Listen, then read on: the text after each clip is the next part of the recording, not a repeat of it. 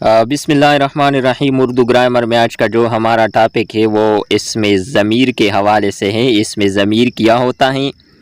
वो कलमा जो किसी शख्स या चीज़ के नाम की जगह इस्तेमाल किया जाए, इसमें ज़मीर कहलाता है। जैसे असलम शरीफ लड़का है, वो सुबह सवेरे उठता है, सब घर वाले उसकी इज़्ज़त करते हैं। दर्ज बाला मिसालों में वो और उस इसमें ज़मीर है कि उनके ये दोनों अल्फाज असलम की जगह इस्तेमाल हुई है और ये दोनों असलम ही के बारे में बताते हैं, गोया इन अल्फाज का मुराजा असलम है। नोटों, ज़मीर का फ़ायदा ये होता है कि इंसान एक ही लफ्ज़ बार बार इस्तेमाल करने से बच जाता है, जिससे कलाम में हुस्न यानी खूबसूरती पैदा होता है।